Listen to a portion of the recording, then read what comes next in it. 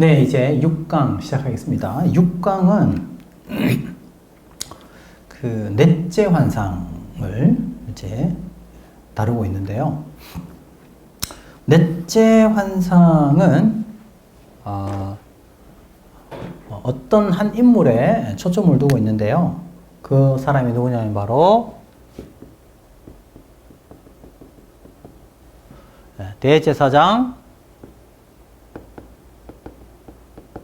여호수아입니다. 대제사장 여호수아가 네 번째 환상의 중심이다, 이렇게 볼 수 있습니다. 이 네 번째 환상도 굉장히 이해하기에 어려운 본문이고요. 사실 저도 이제 이 스가랴 환상을 보면서 이게 참 해석하는 것이 굉장히 어렵고 힘든 본문이구나 하는 것을 많이 느끼게 됩니다. 그래서 이제 이 8가지 환상 중에서 특히 난해한 본문 가운데 하나가 이 네 번째 환상이기 때문에 오늘 또 이 강의를 들으시는 모든 분들께서 저희 이 강의를 집중해서 잘 들어주셔야 이 내용에 대한 이해를 하실 수가 있습니다.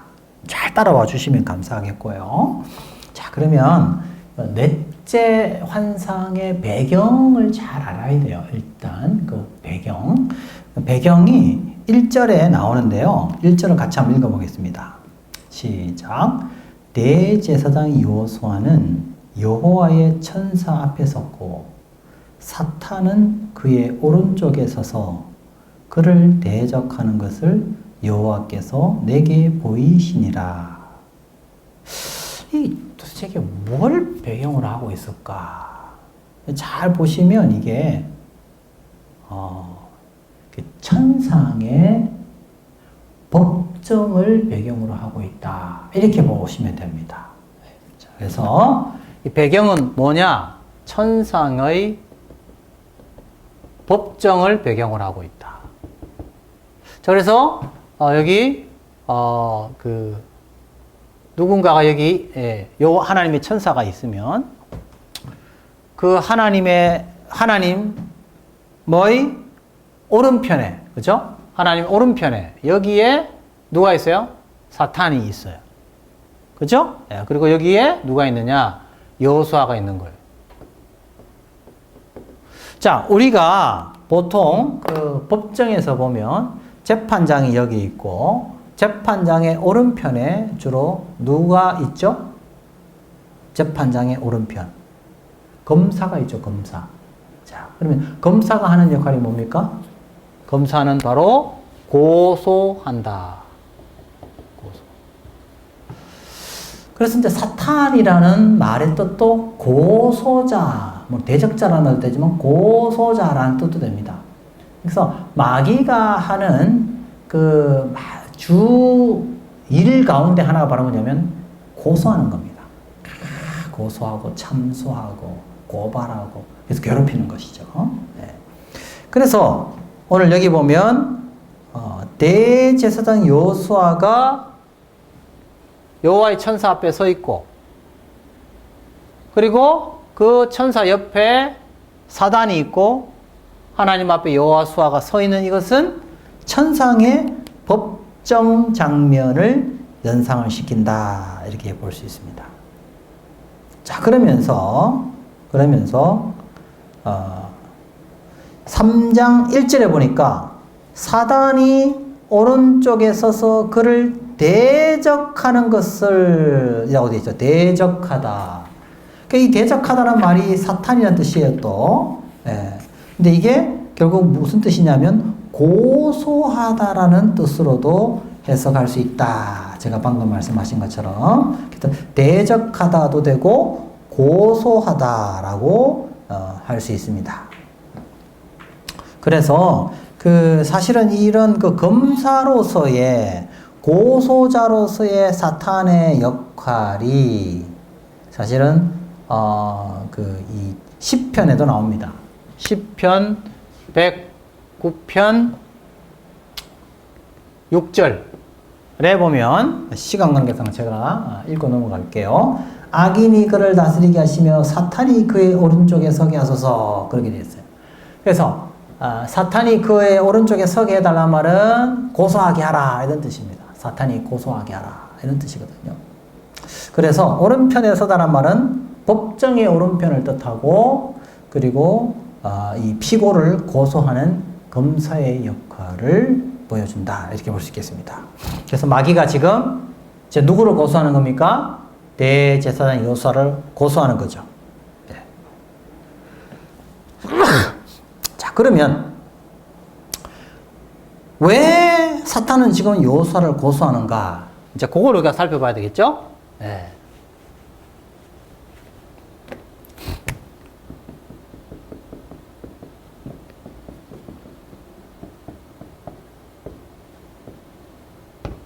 사단은 왜 그렇다면 지금 대제사장 여호수아를 고소하는 것일까?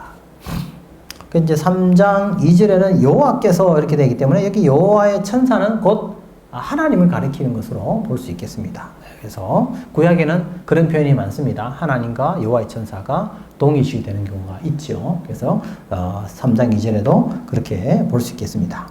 그래서 그럼 왜 대제사장 여호수아가 고소를 받고 있을까? 왜 고소를 받고 있을까라는 것이죠. 네. 자, 이게 이제 중요한데, 3절에서 그 답이 나오고 있습니다. 답이 나오고 있습니다. 3절에 나오고 있습니다. 문제가 뭐죠? 왜 고소를 당하고 있냐면 3절에 그 답이 나와 있어요. 고소의 이유는 무엇 때문일까요? 여호수아의 복장 때문이다. 꼭 기억하셔야 돼요. 지금 사탄이 여호수아를 향하여 고소하는 것은 무엇 때문이다고요? 복장 때문이다. 그럼 어떤 복장을 입고 있습니까? 지금 대제사장 여호수아는 어떤 옷을 입고 있죠? 네. 더러운 옷을 입고 있기 때문입니다. 더러운 옷. 네. 자, 여기서 여러분 이 더러운 옷, 베가딤 쪼임이랄 때, 더럽다 할 때 이게 쪼임이라는 히브리가 있어요. 쪼임. 네, 쪼임. 네, 쪼임. 히브리어로 이게 더럽다라는 뜻이에요. 더럽다. 이제 복수형으로 나오는데, 이 쪼임이라는 히브리어를 정확하게 아셔야 왜 지금 마귀가 사탄이 지금 여호수아를 고소하는지를 알 수가 있어요. 그럼 여기서 더럽다라는 히브리어 쪼임은 그죠? 이게 단수형이 쪼이인데 쪼이. 여기 이제 복수형이기 때문에 단수는 쪼이라는 뜻이에요. 쪼이. 근데 쪼이라는 이 형용사는 어디서 오냐면 쪼아라는 히브리어에서 와요. 쪼아. 그럼 이 쪼임은 이 쪼이라는 이 히브리어의 원래의 어근의 뜻은 뭐냐 하면은 이 중요합니다. 이건 배설물, 오물이라는 뜻으로 쓰일 때 이 히브리어가 쓰여요. 그래서 이와 유사한 단어가 째아라는 말도 있는데 이 째아가 결국 배설물을 뜻할 때 째아라는 말을 씁니다. 그래서 이 쪼아, 째아 이 모든 히브리어는 무엇을 뜻하느냐면은 배설물, 오물을 뜻할 때 쓰이는 단어예요. 그러니까 이 대제사장 여호수아가 입고 있는 이 옷은 그냥 더러운 것이 아니고 이스라엘 사회에서 이렇게 그냥 더러울 정도가 아니고 최악으로 정말 냄새나는 극한 극한의 그 불결한 어떤 상태에 있는 그 의복을 입고 있다. 이렇게 생각하시면 됩니다. 그냥 우리가 생각할 정도의 더러운 게 아니고 역겹고 그냥 무지무지 불쾌하고 극한의 불결함을 가지고 있는 그런 옷이라고 생각하셔야 돼요. 사실 제가 옛날에 지하철 탔는데 보니까 그렇게 사람들이 지하철이 꽉 찼는데 어떤 자리에는 비어 있더라고요. 그래서 가서 딱 앉아 보려고 하니까 어떤 분이 그냥 이렇게 이제 오바이트를 한 거죠. 아무도 거기에 앉으려고 하죠. 왜냐하면 극도의 불쾌한 냄새가 거기서 풍겨나니까 앉을 수가 없죠. 그 옆에. 그러니까 생각해 보시면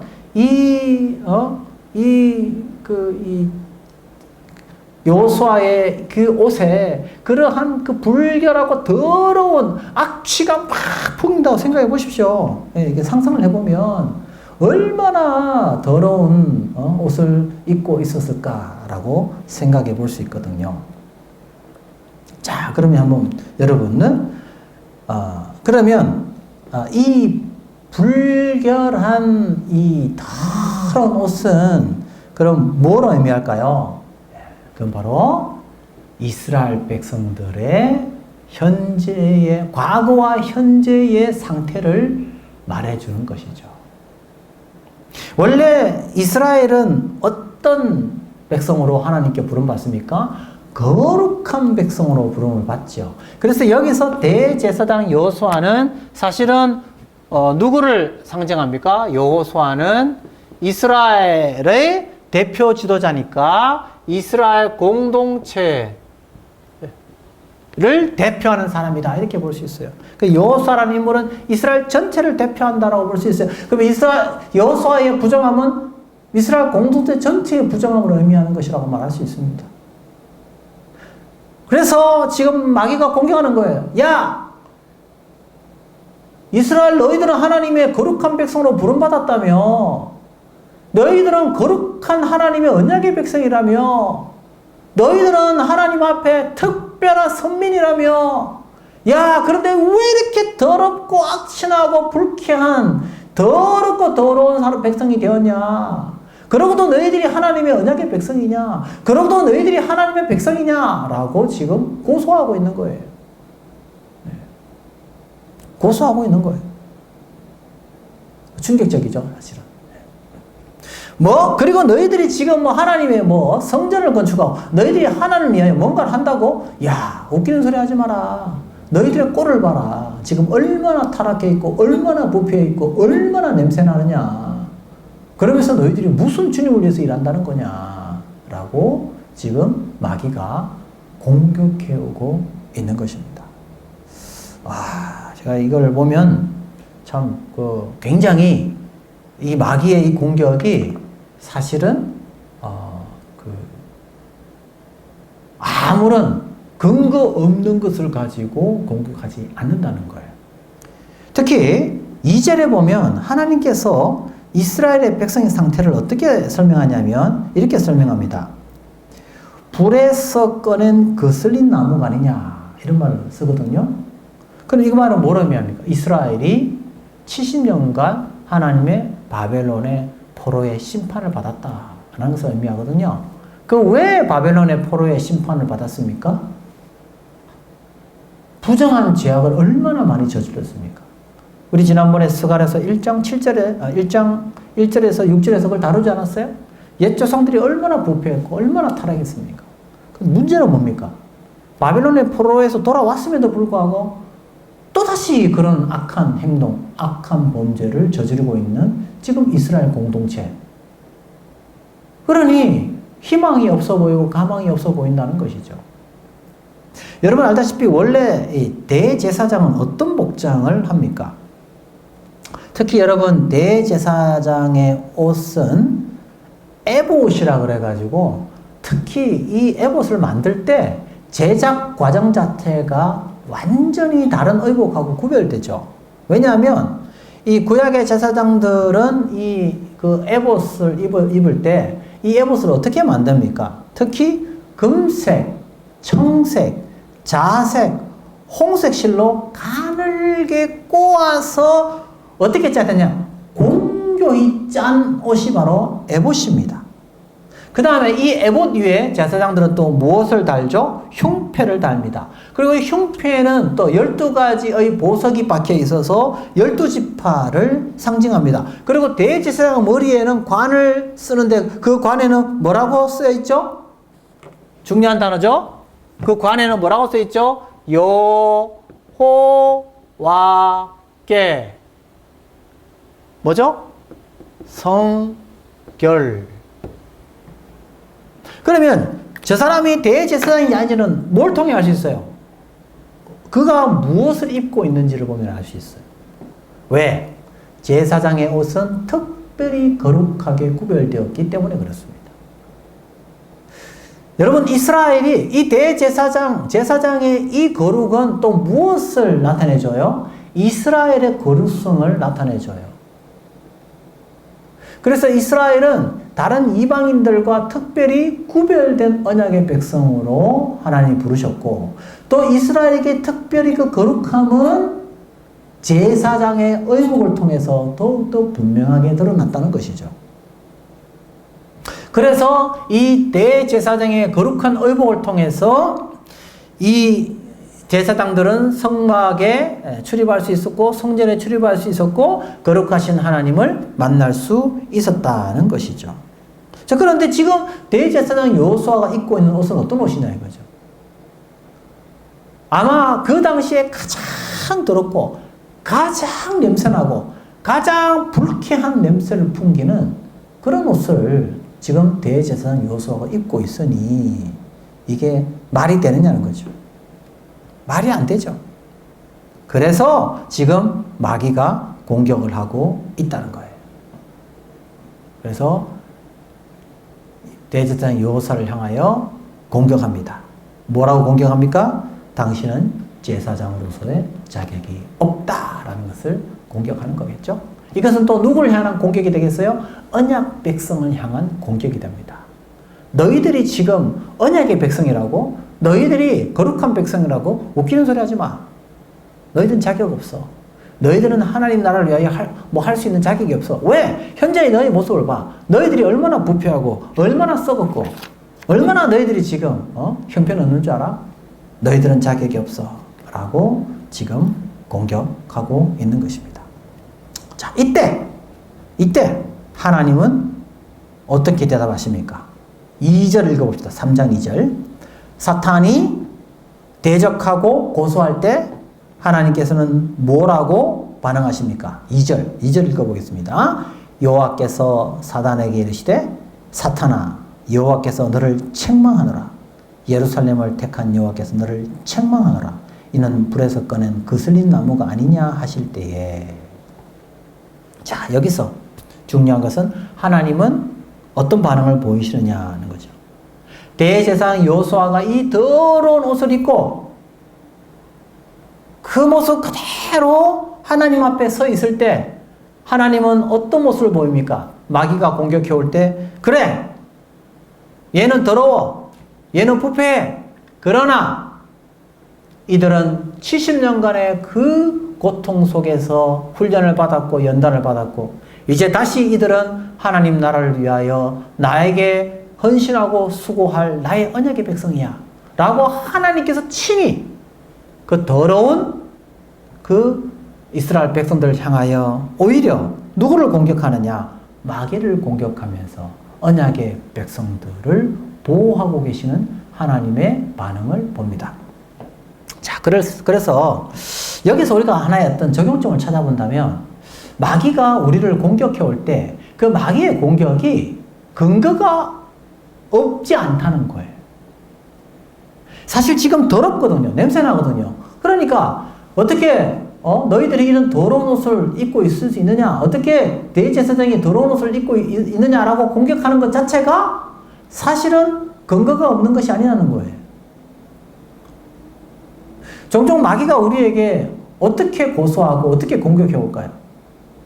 뭐 너가 주일날 예배 드린다고? 너가 뭐 교사한다고? 너 어제 저녁에 이상한 생각 했잖아. 너 어제 저녁에 누구를 미워했잖아. 너 며칠 전에 하나님 앞에 심각한 죄를 지었잖아. 그런 너가 무슨 자격으로 너가 예배를 드리고 너가 무슨 자격으로 하나님을 위하여 봉사하겠다는 말이냐 라고 마귀가 공격해와요. 그러니까 마귀가 우리에게 공격해올 때 근거가 없는 것이 아니고 어떤 근거를 가지고 우리에게 공격해올 때 굉장히 고통스러울 때가 있어요. 굉장히 고통스러울 때.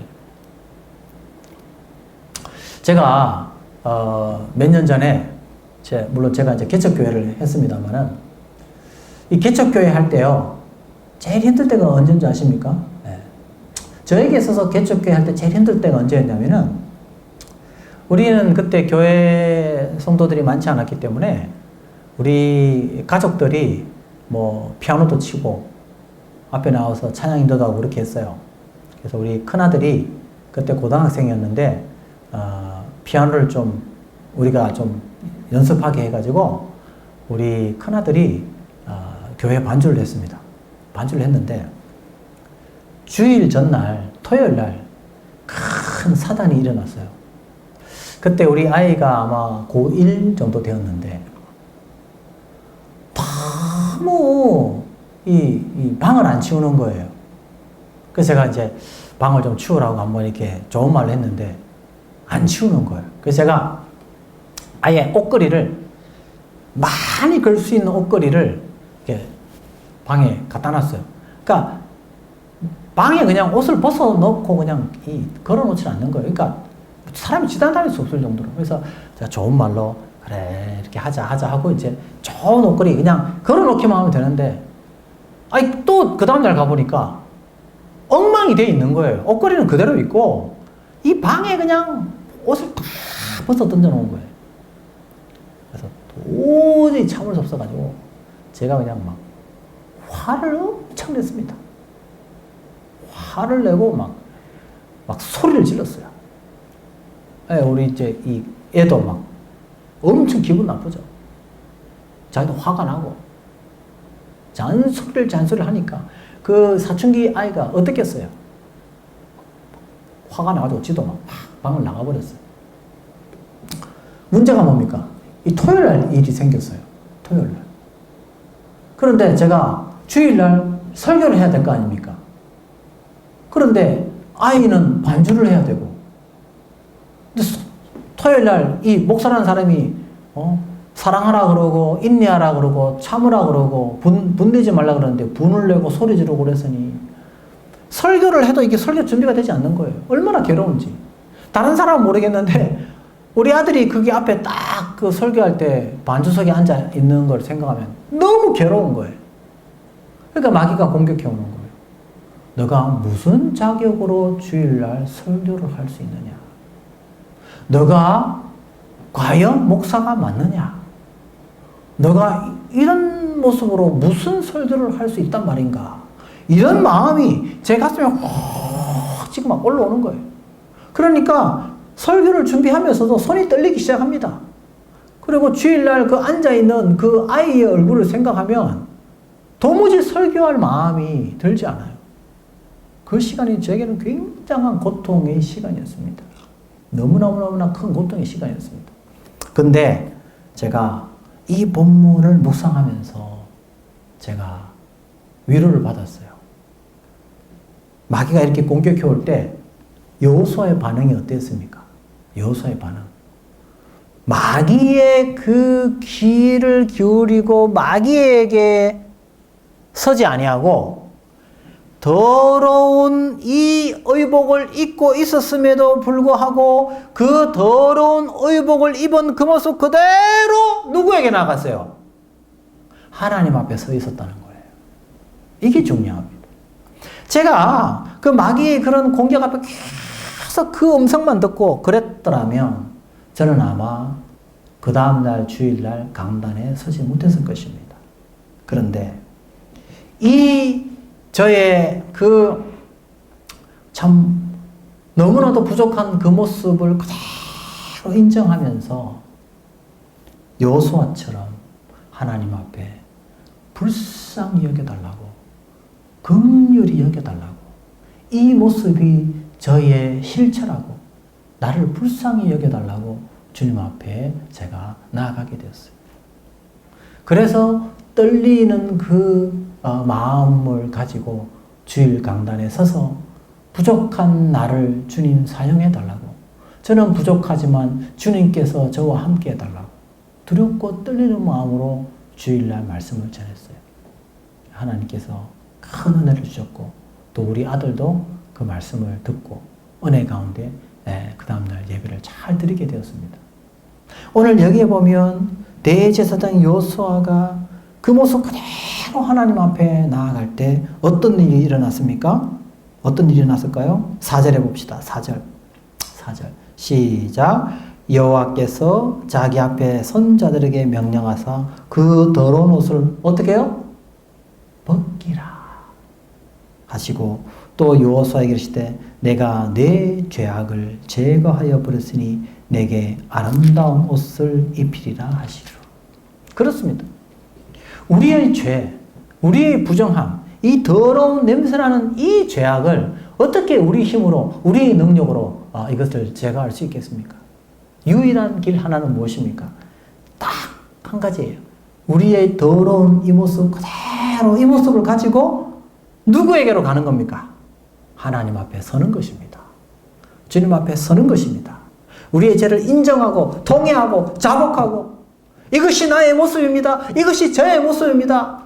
하나님 앞에 정말 가슴 아파하면서 통회하는 마음으로 주님 앞에 나아가면 이런 우리의 모습을 보시고 주님은 우리를 받아주시고 우리의 이 허물을 벗기시고 이 더러운 옷을 벗기시고 우리에게 무엇을 입혀주세요? 아름다운 옷을 입혀주신다는 것이죠. 여기 아름다운 옷이 뭐냐? 마할라조트라고요. 마할라조트. 이건 뭐냐면 그 당시 최상의 잔치, 최고의 잔치가 일어날 때 입는 예복이 바로 마할라조트예요. 그래서 이 마할라조트를 입혀주신다, 아름다운 옷을 입혀준다는 것은 최상의 가치 있는 존재로 우리를 회복시켜 주신다는 것을 의미합니다. 이스라엘 백성들이 비록 많은 부족함이 있고 어려움이 있다 할지라도 그 모습 그대로 주님 앞에 나아가서 겸손히 자신의 문제를 인정하고 주님 앞에 나아가면 하나님께서 그 모습 그대로 받으시고 우리의 이 부정한 것을 깨끗이 씻어주시고 벗기시고 가장 아름다운 것으로 회복시켜 주시겠다고 약속하고 있다는 것이죠. 바로 이것이 복음입니다. 예수님께서 오셔서 하신 일이 무엇입니까? 우리의 이 더러운 죄악을 깨끗이 그의 피로 씻기시고 그리고 그 보혈의 그 놀라운 공로로 우리에게 가장 아름다운 의의 옷으로 입혀주시지 않았습니까? 이것이 바로 저는 복음이다라고 저는 그렇게 생각합니다. 어떤 죄라도 어떤 더러운 냄새나는 악한 죄라 할지라도 예수님이 우리를 위하여 십자가에 달려 죽으셨기 때문에 마귀가 우리를 향하여 우리의 죄에 대하여 공격할 때 우리는 그 마귀의 음성을 기울이지 말고 우리의 죄를 위하여 죽으신 그리스도의 십자가 앞에 나와서 그의 십자가의 피의 공로를 의지하는 그 믿음으로 나아갈 때 참된 은혜가 있는 것입니다. 그런데 종종 우리 그리스도인들 가운데요, 두 가지의 잘못된 태도가 있습니다. 두 가지의 잘못된 태도는 무엇이냐면 첫째는 이거죠. 마귀가 우리의 죄에 대하여 공격해 올 때 그것을 무시하고 아예 덮어버리는 것입니다. 너 그런 죄 지었잖아? 그런 죄 지었잖아? 할 때 아니야! 나는 그런 죄 없어! 라고 아예 자기의 그런 죄를 그냥 덮어버리는 거예요. 다시 말해서 가면을 써버리는 거예요. 그러면 어떻게 돼요? 이중적 신앙생활을 하게 됩니다. 교회에 와서는 굉장히 거룩 척합니다. 그러면서도 그 안에는 더러운 냄새나는 그 죄악들이 계속 그 사람을 붙들고 있는 거예요. 그러니까 자기는 그럴 죄를 지어놓고도 그걸 무시하는 거예요. 인정하지 않는 거예요. 그렇게 되면 어떻게 돼요? 이중적 그리스도인이 됩니다. 마치 바리새인들처럼 회칠한 무덤처럼 겉과 속이 다른 그리스도인으로 살아갈 수 있다 이겁니다. 죄를 지어놓고도 그 죄에 대하여 애통해하지 않고, 죄를 지어놓고도 그 죄에 대하여 치열하게 고민하면서 애통해하면서 회개하는 모습을 보이지 아니하고 그냥 무시해버리는 거예요. 그럼 뭐예요? 위선적 그리스도인이 된다는 거예요. 이게 이제 잘못된 태도예요. 마귀가 공격해올 때 이런 태도. 두 번째는 뭡니까? 마귀의 이야기만 듣고 절망하는 태도예요. 넌 안 돼! 그러면 그래 나 같은 게 뭐야? 절망해버리는 거예요. 그래서 하나님께 나아가지 못하고 자기의 죄 때문에 절망하여서 결국은 그리스도의 십자가의 은혜를 경험하지 못하고 그냥 인생을 철저하게 패배자적 그런 신앙으로 살아가는 거예요. 이게 이제 잘못된 두 가지의 태도 방식이에요. 그런데 오늘 여호수아는 어떤 모습으로 보입니까? 그 더러운 옷을 입었지만 마귀에게 귀를 기울이지도 않고, 그렇다고 그 더러운 옷을 부정하지도 않고 그 모습 그대로 여호와 앞에 섰다는 거예요. 이게 중요합니다. 아무리 냄새나는 옷이라 할지라도 오늘 사절에 보니까 그게 뭘 의미했죠? 냄새나는 것은 내 죄악이라고 분명히 이야기하죠. 죄가 아무리 크고 죄가 아무리 악하다 할지라도, 그러나 전능하신 하나님은 그 모습 그대로 주님 앞에 나오면 그 더러운 죄악을 깨끗이 씻어 주신다는 거죠. 자, 구약, 그래서 여러분 구약으로 한번 넘어가 보면 속죄제 제사를 한번 보겠습니다. 속죄제 제사. 우리 레위기 한번 보겠습니다. 레위기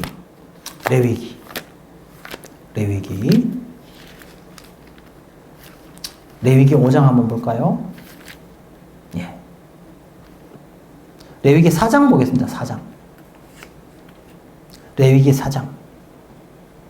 레위기 4장에는 속죄제를 다루고 있는데,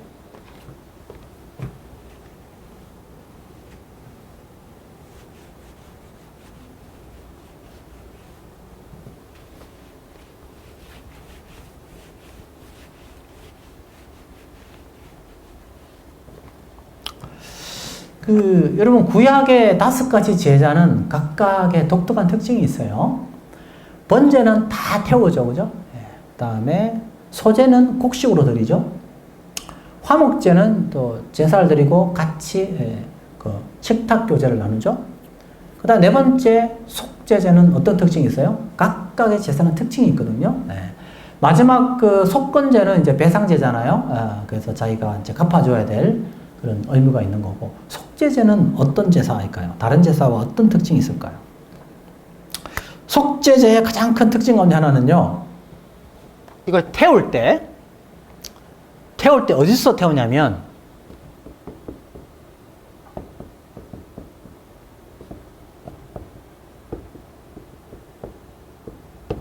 속죄제 제물은 진영 밖에서 태운다는 거예요.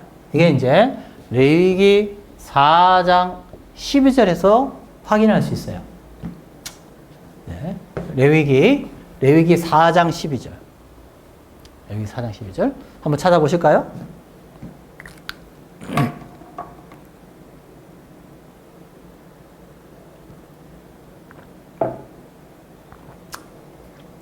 레위기 4장 12절. 네, 같이 한번 읽겠습니다. 시작. 똥 곧 그 송아지의 전체를 진영 바깥 죄 버리는 곳인 정결한 곳으로 가져다가 불로 나무 위에서 사르되 곧 죄 버리는 곳에서 불사를 지니라. 이렇게 되어 있습니다. 여러분, 속죄제가 다른 제사하고 좀 구별되는 중요한 특징 가운데 하나는 제물을 태울 때 그 송아지 전체를 어디에서 태운다고요? 진영 바깥에서.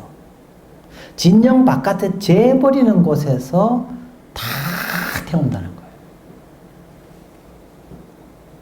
그래서 그냥 태우는 게 아니고 그 진영 바깥에서 전체 다 태워요.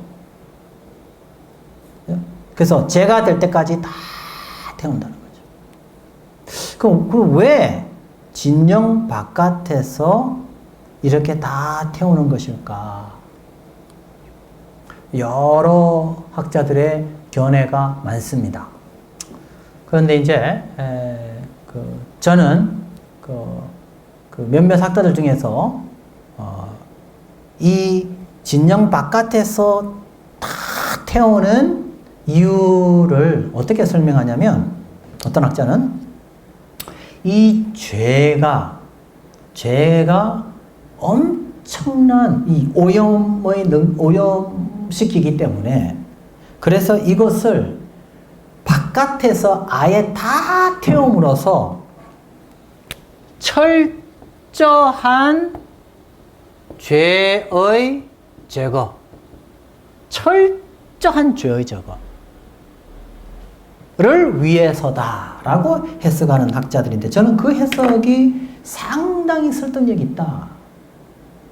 그냥 제단에서 태우지 아니고 아예 진 밖에서 오랜 시간 동안 태워서 철저하게 다 부정함을 제거해버린다는 거예요. 그래서 저는 이 말씀을 보고 큰 감동을 받았어요.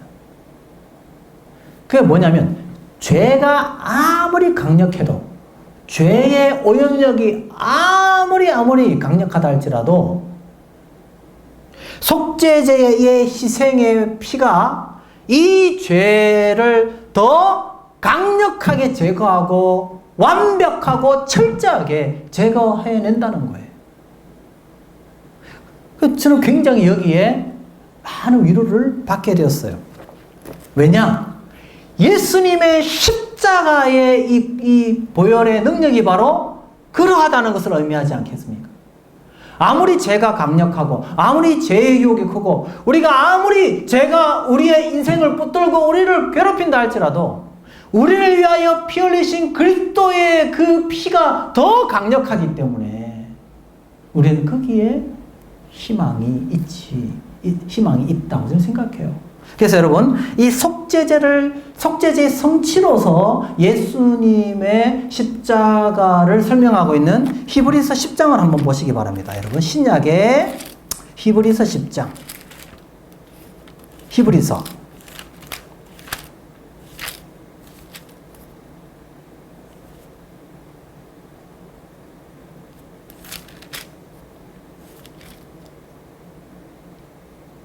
죄송합니다. 히브리 13장. 제가 다시 정정할게요. 히브리서 13장 10절부터 13절. 신약 성경 히브리서 13장. 히브리서 13장 10절에서 13절입니다. 제가 착각했습니다. 바로 히브리서 저자는 바로 예수님의 십자가 사건을 무엇으로 설명하냐면 속죄제의 사건과 연결시켜요. 저는 이게 굉장히 중요한 구절이라고 생각하거든요. 같이 한번 읽어보겠습니다. 10절부터 읽겠습니다. 10절부터 시작. 우리에게 제단이 있는데 장막에서 섬기는 자들은 그 제단에서 먹을 권한이 없나니, 이는 죄를 위한 짐승의 피는 대제사장이 가지고 성소에 들어가고 그 육체는 영문 밖에서 불사름이라. 그러므로 예수도 자기 피로서 백성을 거룩하게 하려고 성문 밖에서 고난을 받으셨느니라. 그런즉 우리도 그의 치욕을 짊어지고 영문 밖으로 그에게 나아가자. 여러분, 예수님께서 왜 예루살렘 안에서 죽지 아니하시고 왜 예루살렘 영문 밖에서, 성문 밖에서, 예루살렘 성문 밖에서 왜 돌아가셨냐는 거예요. 그 이유를 분명히 말씀하시죠. 바로 속죄제의 바로 그 의미를 성취하기 위해서였다라는 거죠. 그러면 왜 주님은 영문 밖, 진영 밖, 예루살렘 성문 밖으로 나가셔야 했습니까?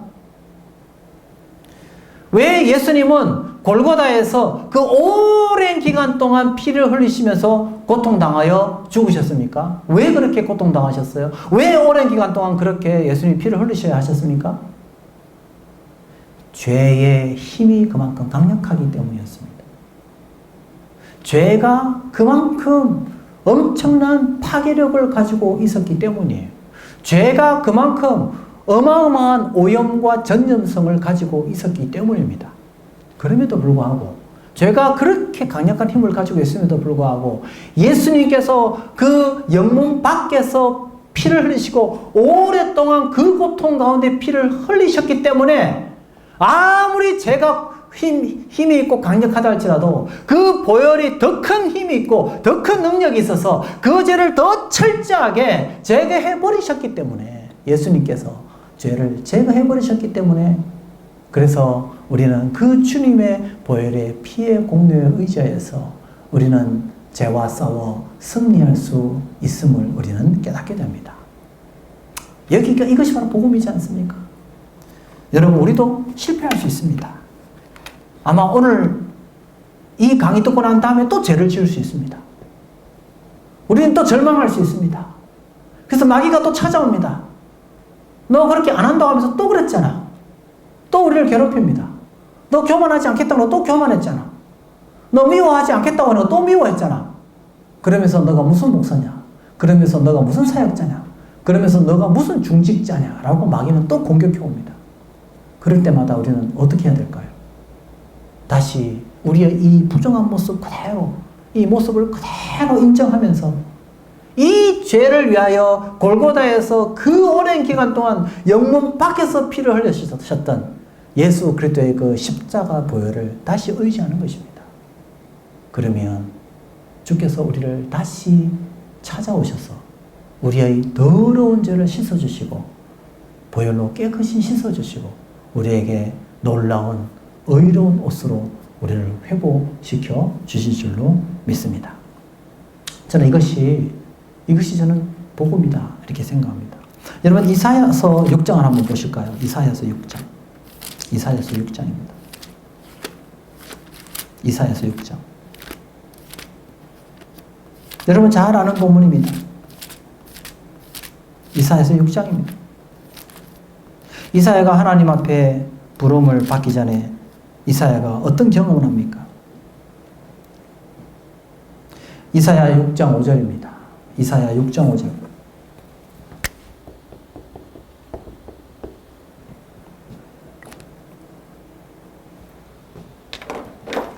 같이 한번 읽어볼까요? 시작. 그때에 내가 말하되 화로다 나여 마강이 되었도다. 나는 입술이 부정한 사람이요 나는 입술이 부정한 백성 중에 거주하면서 만군의 여호와이신 왕을 배웠음이로다. 여러분 이사야는 하나님을 만났는데 하나님 앞에서 무엇을 먼저 보게 됩니까? 부정한 자기 모습을 봅니다. 입술이 부정하다고 고백합니다. 그러자 하나님은 그 이사야의 입술, 부정한 입술을 어떻게 해요? 제단 숯불로 깨끗이 정화시켜 주시고 누가 나를 위하여 갈꼬? 라고 주님이 외칠 때 이사야는 주여 나를 보내어 주소서라고 고백합니다. 부정한 입술이었음에도 불구하고 더러운 입술이었음에도 불구하고 나 같은 이 부정한 입술을 가진 자가 내가 어떻게 주님의 말씀을 전할 수 있어? 라고가 아니라 이 부정한 입술을 정결케 해주신 그 은혜에 감사해서 주님 나를 보내어 주소서라고 이사야서 뒤에 부분에서는 8절에서 그렇게 이사야가 고백을 합니다. 왜? 하나님의 그 정결케 하시는 그 은혜를 경험했기 때문입니다. 이사야는 이제 아는 것이에요. 자기가 아무리 부정해도 그러나 이 부정함을 정결케 해주시는 거룩하신 하나님의 능력을 경험했기 때문에 자신의 죄성을 바라보며 절망하지 아니하고 이 죄성을 극복시켜 주시는 하나님의 은혜를 의지하여 하나님의 말씀을 전하는 선지자로 살아가게 됩니다. 여러분 이 시대의 참된 사역자, 참된 믿음의 사역자들은 어떤 자일까요? 자기가 죄가 있음에도 불구하고 자기가 교만함에도 불구하고 그걸 인정하지 않고 그냥 막 잘난 체 하는 사람들, 사실 그런 사람들은 하나님의 사역자가 될 자격이 없죠. 하나님 언제 모세를 쓸까요? 모세가 자신만만하고 똑똑할 땐 쓰지 않습니다. 그러나 40년간 광야에서 이제 짐승들을 이제 치잖아요. 그죠? 양을 치듯이. 그러면서 자기의 연약함, 자기의 무가치함, 자기의 부족함을 뼈저리게 자각하는 그 모세에게 하나님이 찾아가서 이스라엘 위하여 너가 이제 그들을 구원하라고 하나님이 사명을 주십니다. 마귀의 음성을 듣지 말고 우리를 구속해 주시는 그 그리스도의 보혈의 공로만을 의지하면서 나아가는 겸손한 심령이 있는 사람을 하나님 이 시대에 사용하여 주십니다. 여러분, 베드로가 자신만만하고 똑똑할 때는 베드로를 하나님 사용하지 않습니다. 그러면 언제 베드로를 사용하십니까?